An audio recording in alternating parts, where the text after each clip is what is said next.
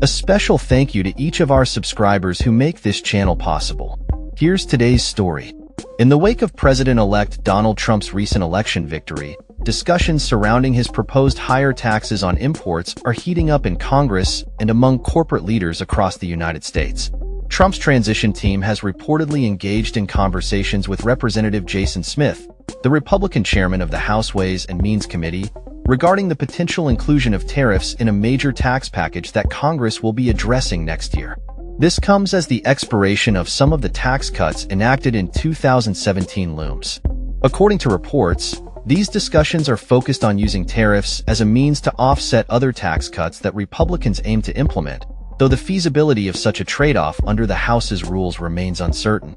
Nevertheless, this development marks a significant acknowledgement that tariffs are, in fact, a form of taxation. As the federal government grapples with annual deficits nearing $2 trillion, finding ways to raise revenue to offset the continuation of the 2017 tax cuts is not only a prudent fiscal strategy but also a necessity for Republicans seeking to pass significant tax legislation through the Senate without the need for 60 votes.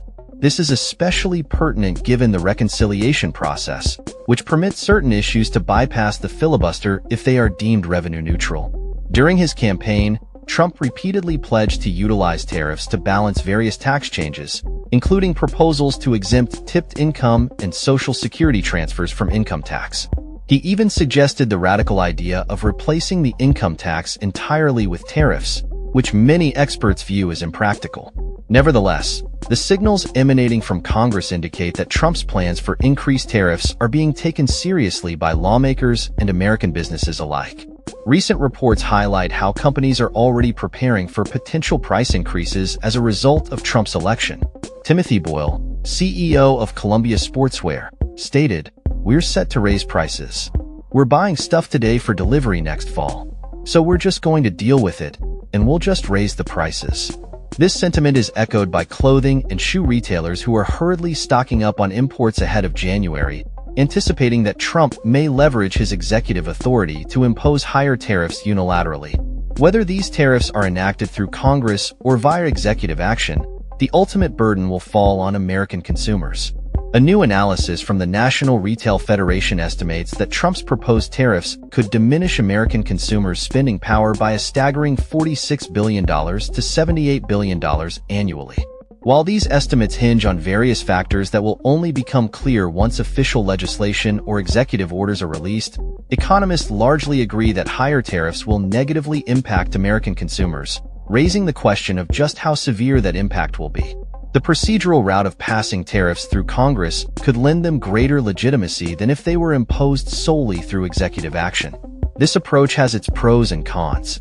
If tariffs are integrated into a broader tax bill, their negative effects could be somewhat mitigated by the extension of lower individual income tax rates. While consumers would still face higher prices for numerous goods, they may not simultaneously endure an increased tax burden from the IRS. Additionally, the legislative process could result in adjustments to the tariffs, as lobbyists for affected industries would likely push for exemptions and special considerations in the final legislation.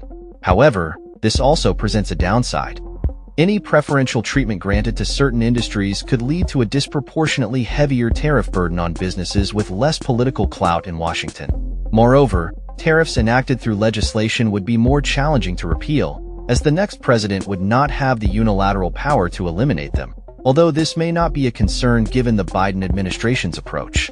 As the political landscape evolves, there are numerous variables at play, and there remains time for Trump to reconsider his tariff strategy, or for his advisors and key congressional figures to persuade him against it. One certainty is that if tariffs are indeed on the horizon for 2025, American consumers, who wield the least influence in this process, will ultimately bear the brunt of the costs. As the debate continues, it is crucial for consumers to stay informed and engaged in the discussions that will shape the economic landscape in the coming years. That's all for this story. We upload videos every day covering many different subjects, so hit that subscribe button to stay informed. Thanks for watching.